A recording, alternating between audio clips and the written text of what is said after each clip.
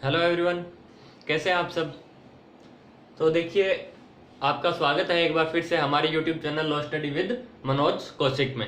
तो देखिए, हम जो है पीछे हमारा क्रैश कोर्स पार्ट 7 जो था वो लैंड लॉ से संबंधित था, भूमि विधि से संबंधित था, वो पीछे हम करके आ चुके हैं। और आज जो है क्रैश कोर्स पार्ट 8 की हम बात करने वाले हैं, वो बात करेंगे हम ड्राफ्टिंग एंड प्लीडिंग को लेकर। देखिए, ड्राफ्टिंग एंड प्लीडिंग जो है हम पीछे एक पार्ट में करके आ चुके हैं, अभी तक जो है वो ड्राफ्टिंग एंड प्लीडिंग पूरा नहीं हुआ है। आज एक क्लास जो है वो हम ड्राफ्टिंग एंड प्लीडिंग से संबंधित करेंगे क्रैश कोर्स पार्ट 8 में। तो देखिए देखिए इसमें जो है हम बात करें कि भाई जो संपत्ति अंतरण अधिनियम जो आपने सुना होगा, अलग से एक्ट भी है ये संपत्ति अंतरण अधिनियम जो है आपका 1882। इसके बारे में आपने जरूर सुना होगा, transfer of property, TP act.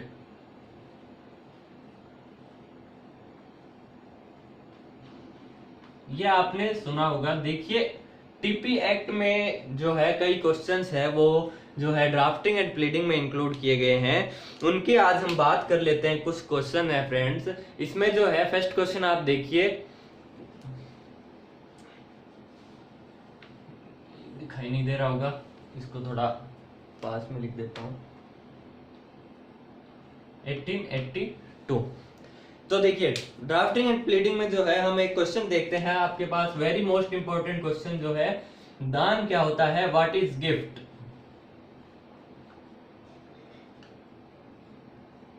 What is gift, gift क्या होता है। तो फ्रेंड्स देखिए, ये जो संपत्ति अंतरण अधिनियम है 1882, इसकी धारा 122 जो आप एक बार डायरेक्ट में ओपन करके देख लीजिए, संपत्ति अंतरण अधिनियम टीपी एक्ट की धारा 122 जो है वो आप ओपन करके देखिए, उसमें जो है आपको दान की परिभाषा मिलेगी, गिफ्ट की परिभाषा मिलेगी कि भाई क्या होता है दान। देखिए, संपत्ति अंतरण अधिनियम की धारा 122 जो है आपको गिफ्ट के बारे में बताता है। देखिए, अब बात करते हैं गिफ्ट क्या होता है। मान लीजिए आप किसी को गिफ्ट देते हैं, क्या उसके बदले आप पैसे लेते हैं? नहीं, बिल्कुल भी नहीं। ऐसा कहीं पे भी नहीं देखा होगा कि भाई आप किसी को गिफ्ट दे रहे हैं अपनी इच्छा से और उस गिफ्ट के बदले जो है आप पैसे ले रहे हैं, ऐसा बिल्कुल भी नहीं होता। तो देखिए, यही जो है वो जो धारा 122 जो है गिफ्ट के बारे में बताती है। एक बार डायरेक्ट में लीगल लैंग्वेज देख लीजिए, फिर इसको हम एक एग्जाम्पल से भी समझेंगे। तो देखिए, जंगम संपत्ति या स्थावर संपत्ति का अंतरण जो एक व्यक्ति द्वारा, जो कि दाता कहलाता है। देखिए, कोई भी जो है वो जंगम संपत्ति हो सकती है या फिर स्थावर संपत्ति हो सकती है। जंगम संपत्ति या स्थावर संपत्ति का अंतरण, इन दोनों संपत्तियों का अंतरण किया जाता है, ट्रांसफर किया जाता है। तो देखिए, जो एक व्यक्ति द्वारा, जो कि दाता द्वारा कहता है, यानी ए व्यक्ति द्वारा, यहां पे लिख देते हैं, ए व्यक्ति द्वारा जो है जंगम संपत्ति या फिर स्थावर संपत्ति का अंतरण किया जाता है, ट्रांसफर किया जाता है किसी अन्य व्यक्ति बी को। तो देखिए, ये जो दान कर रहा है ये कहलाता है दाता। धारा 182 में जो दान करेगा वो दाता कहलाएगा, और जिसको दान की जाती है वो संपत्ति, वो कहलाएगा आदाता। यानी ये ए व्यक्ति जो है वो अपनी जंगम संपत्ति या स्थावर संपत्ति को जो है बी व्यक्ति को दान कर देता है, गिफ्ट कर देता है, बिना प्रतिफल के। देखिए, यहाँ पे ये word very very most important है, बिना प्रतिफल के, यानी बिना पैसों के। देखिए, पीछे हम बात करके आ चुके हैं कि भाई गिफ्ट होता है वो बिना प्रतिफल के ही होता है। इसी प्रकार ए व्यक्ति अपनी इच्छा से जो है जंगम संपत्ति और स्थावर संपत्ति का दान करता है, गिफ्ट देता है बी को। देखिए, दान करने वाला होता है दाता, और जिसको दान की जाती है वो होगा आदाता। यानी वो संपत्ति जो है बिना प्रतिफल के दान की गई है, यानी ए द्वारा बिना प्रतिफल के बी को कोई संपत्ति जो है वो दान की जाती है, गिफ्ट में दी जाती है, तो उसे जो है गिफ्ट बोल सकते हैं। ये डिफाइन किया गया है टीपी एक्ट की धारा 122 में, धारा सेक्शन 122 में इसको डिफाइन किया गया है। तो एक बार फिर से देखिए, very very most important question है ये। आपके पास 2 नंबर का क्वेश्चन अगर आए, दान क्या होता है, व्हाट इज गिफ्ट, तो देखिए आप इसमें लिखेंगे सबसे पहले कि संपत्ति अंतरण अधिनियम जो 1882 है उसकी धारा 122, यानी संपत्ति अंतरण अधिनियम टीपी एक्ट का सेक्शन 122 जो है वो दान के बारे में बताता है, गिफ्ट के बारे में बताता है। उसके बाद आप नीचे लीगल लैंग्वेज में लिखेंगे कि भाई जंगम संपत्ति हो या फिर स्थावर संपत्ति हो, उसका अंतरण जो है किसी व्यक्ति द्वारा जो कि दाता कहलाएगा और किसी अन्य व्यक्ति को दान की जाएगी जो कि अदाता कहलाएगी, और ये जो दान है वो बिना प्रतिफल के होगा। ये जो है गिफ्ट होता है। तो देखिए फ्रेंड्स, इस प्रकार जो है एक व्यक्ति द्वारा दूसरे व्यक्ति को बिना प्रतिफल के कोई चीज दान की जाती है, गिफ्ट की जाती है, तो वो जो है दान के अंतर्गत आती है, गिफ्ट के अंतर्गत आती है टीपी एक्ट की धारा 122। देखिए 2 नंबर के क्वेश्चन में जो है वो काफी है, 2 नंबर जो है कोई नहीं रोक सकता इतना लिखने के बाद। नेक्स्ट क्वेश्चन की बात कर लेते हैं फ्रेंड्स। देखिए नेक्स्ट क्वेश्चन जो है वो आपके पास आता है कि भाई विक्रय क्या होता है, व्हाट इज सेल।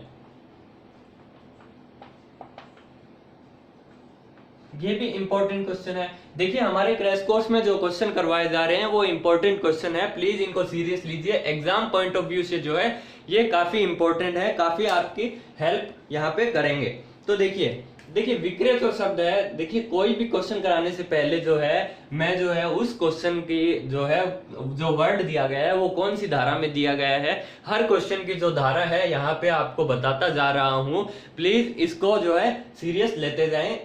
तो देखिए विक्रय शब्द, देखिए विक्रय शब्द जो है वो आपका टीपी एक्ट जो है उसकी धारा 54 आप खोल के देखें, यानी टीपी एक्ट जो है ट्रांसफर ऑफ प्रॉपर्टी एक्ट जो है उसकी धारा 54 में जो है आपको विक्रय की परिभाषा मिलेगी, सेल की परिभाषा यहाँ पे मिलेगी। अब देखिए जो सेल होता है वो क्या होता है, पीछे हमने बात की है दान क्या होता है, तो देखिए दान वो होता है जो बिना प्रतिफल के किसी व्यक्ति को कोई वस्तु दी जाती है। अब बात करते हैं विक्रय की। तो देखिए विक्रय भी जो है वो कोई वस्तु किसी व्यक्ति को दी जाती है, लेकिन वो जो है बिना प्रतिफल के नहीं दी जाती, उसके लिए जो है कुछ पैसे या फिर कोई प्रतिफल जो है वो लिया जाता है, जो कि विक्रय होता है। लीगल लैंग्वेज एक बार पढ़ लीजिए।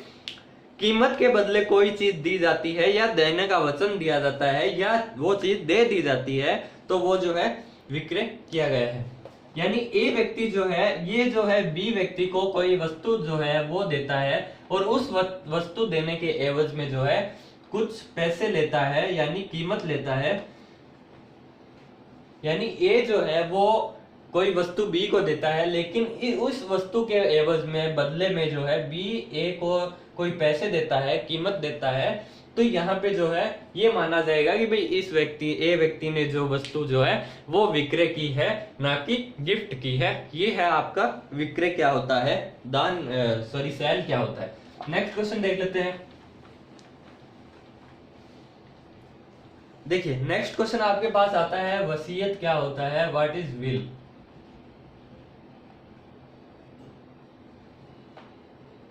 क्वेश्चन इंपॉर्टेंट है एग्जाम पॉइंट ऑफ व्यू से, और ये जो है हम आईपीसी में पढ़ के आ चुके हैं। प्लीज आप याद कीजिए कि वसीयत जो है, विल जो है वो आईपीसी में, इंडियन पिनल कोड में, भारतीय दंड संहिता में जो है कौन सी धारा में जो है विल को परिभाषित किया गया है। ये मैंने पिछली जो आईपीसी जो हमारी क्लास होती है, आईपीसी क्लास में जो है स्टार्टिंग में जो है वसीयत के बारे में बताया है, कौन सी धारा में दिया गया है, इसको अच्छे से समझाया भी है। एक बार आप सर्च कर लीजिए law study with Manoj Kaushik में, जो आईपीसी के आपको प्लेलिस्ट मिलेगी फ्रेंड्स, उसमें जो है आप सेक्शंस खोल के देखेंगे तो उसमें जो है हमने आज तक जितने भी सेक्शन कर लिए हैं वो आपको आईपीसी प्लेलिस्ट में मिलेंगे कंटिन्यूअस। तो देखिए विल क्या होता है, वसीयत क्या होता है। तो देखिए वसीयत जो है ये जो हमारा हम बात करें भारतीय उत्तराधिकार अधिनियम 1925 जो है, देखिए वसीयत को जो है वसीयत की परिभाषा भारतीय उत्तराधिकार अधिनियम 1925।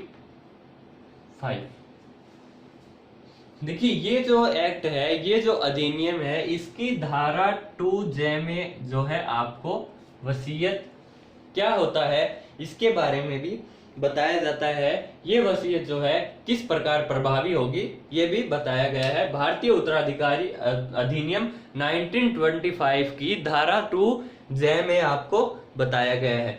अब देखिए वसीयत क्या होता है, लीगल लैंग्वेज। तो देखिए वसीयतकर्ता द्वारा एक घोषणा की जाती है कि उसकी मृत्यु के बाद उसकी प्रॉपर्टी किसी उस व्यक्ति के नाम होगी या फिर प्रभावी रहेगी। यानी ये कोई व्यक्ति ए है और ये व्यक्ति ए जो है वो ये घोषणा करता है कि भाई इस ए की डेथ के बाद जो है, मृत्यु के बाद इसकी संपत्ति जो है वो किसी व्यक्ति बी के नाम कर दी जाएगी या फिर बी पर प्रभावी रहेगी। ये ही जो है वो वसीयत होती है। ये जो घोषणा करता है, ये घोषणा पत्र, ये जो है वसीयतनामा बोल सकते हैं इसको। यानी ए द्वारा ये घोषणा की जाती है कि भाई उसकी मृत्यु के बाद जो है उसकी संपत्ति जो है, प्रॉपर्टी जो है वो इस व्यक्ति के नाम कर दी जाएगी। तो ये जो है वसीयत होता है। देखिए, वसीयत को जो है हम एक इच्छा पत्र भी मान सकते हैं। ये जो है वो अपनी इच्छा से घोषणा करता है कि भाई घोषणा करता है कि भाई इसकी एक संपत्ति जो है वो इसके नाम कर दी जाएगी डेथ के बाद। देखिए, इसे जो है हम बात करें कि वसीयत को जो है इच्छा पत्र भी यहाँ पे हम बोल सकते हैं।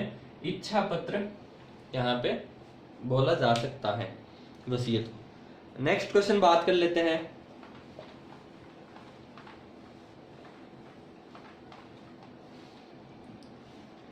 देखिए, नेक्स्ट क्वेश्चन होता है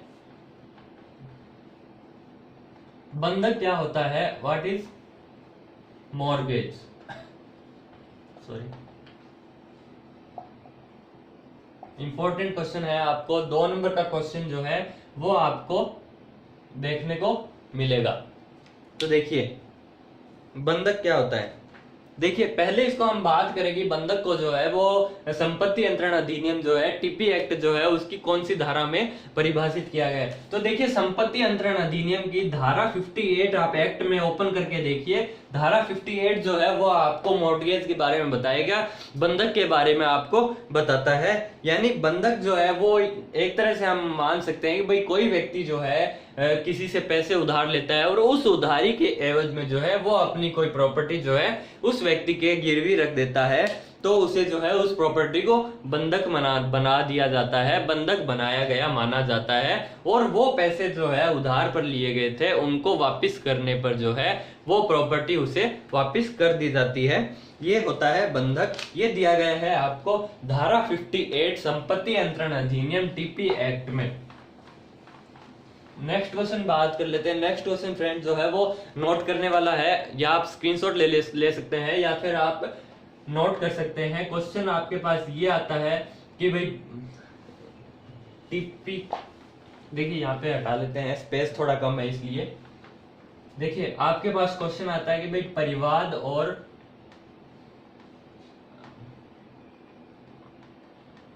प्रथम सूचना रिपोर्ट में अंतर बताइए।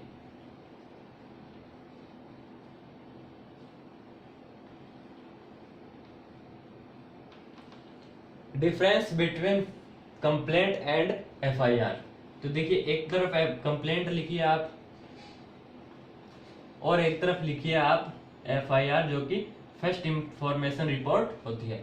देखिए, यहाँ पे इसके 2 पार्ट कर लीजिए। यहाँ पे आपको एक जो इनमें क्या अंतर होता है, क्या डिफरेंस होता है, वो आप नोट करते जाइए साथ साथ में। देखिए, कंप्लेंट जो होता है, परिवाद जो होता है, वो मजिस्ट्रेट के समक्ष जो है प्रस्तुत किया जाता है। यानी नोट कीजिए, परिवाद जो है वो मजिस्ट्रेट के समक्ष प्रस्तुत किया जाता है। परिवाद मजिस्ट्रेट के समक्ष प्रस्तुत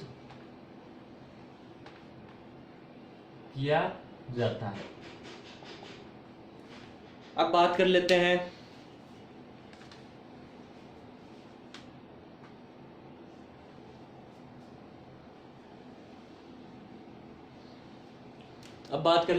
एफआईआर की। एफआईआर क्या होती है?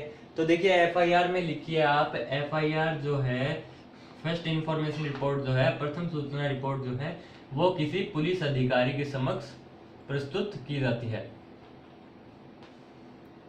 पुलिस अधिकारी के समक्ष नोट करते जाइए साथ साथ में, या फिर आप स्क्रीनशॉट ले लीजिए। देखिए, फर्स्ट अंतर यहाँ पे है, परिवाद मजिस्ट्रेट के समक्ष प्रस्तुत किया जाता है और एफआईआर जो है वो पुलिस अधिकारी के समक्ष जो है वो प्रस्तुत की जाती है। सेकंड डिफरेंस इसमें देखिए आप, सेकंड डिफरेंस यहाँ पे लिखिए, परिवाद जो है वो पेश होने के बाद मजिस्ट्रेट द्वारा जांच की जाती है। यानी कोई परिवाद जो है वो मजिस्ट्रेट के समक्ष पेश होता है, परिवाद के पेश होने के बाद मजिस्ट्रेट द्वारा उस परिवाद की जांच की जाती है, मजिस्ट्रेट द्वारा जांच की जाती है। और एफआईआर में हम बात करें कि भाई एफआईआर जो पुलिस अधिकारी को प्राप्त होती है, उसके बाद जो है पुलिस अधिकारी द्वारा जो है अन्वेषण की जाती है। यानी यहाँ पे जो है जांच की जगह अन्वेषण कर लीजिए आप, पुलिस अधिकारी द्वारा अन्वेषण की जाती है। थर्ड पॉइंट यहाँ पे नोट कीजिए, परिवाद पर जांच के बाद जो है अपराध का प्रसंज्ञान किया जाता है। नोट कीजिए, यहाँ पर नोट कीजिए आप,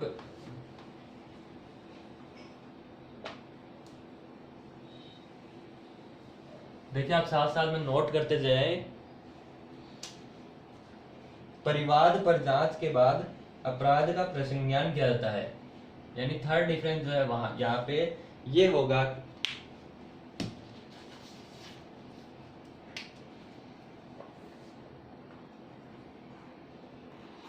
परिवाद पर जांच के बाद अपराध का प्रसंज्ञान किया जाता है। अब एफआईआर में हम बात कर लेते हैं। एफआईआर में जो है अन्वेषण के बाद जो है अंतिम रिपोर्ट प्रस्तुत की जाती है। यानी एफआईआर में हम बात करें अन्वेषण के बाद अंतिम रिपोर्ट प्रस्तुत की जाती है।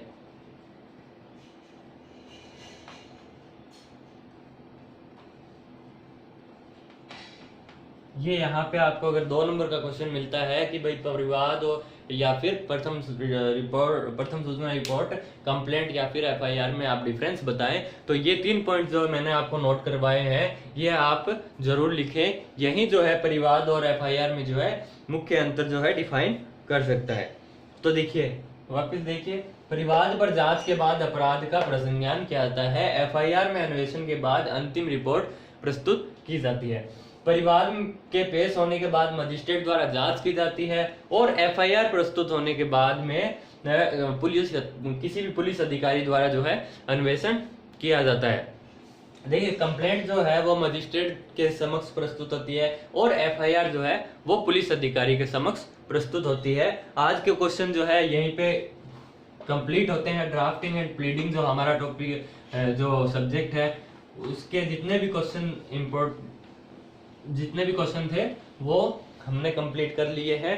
ड्राफ्टिंग एंड प्लीडिंग जो है वो यहाँ पे हमारा कंप्लीट हो गया है। अब बात करेंगे हम नेक्स्ट क्रैश कोर्स को लेकर। क्रैश कोर्स पार्ट 9 जो है हम स्टार्ट करेंगे, वो स्टार्ट करेंगे एक नए एक्ट से लेकर के, नए सब्जेक्ट से लेकर के। Okay friends, thank you. Please subscribe करें हमारे यूट्यूब चैनल को, एंड अगर आपको वीडियोज अच्छे लग रहे हैं तो please please please press the bell icons. Thank you friends.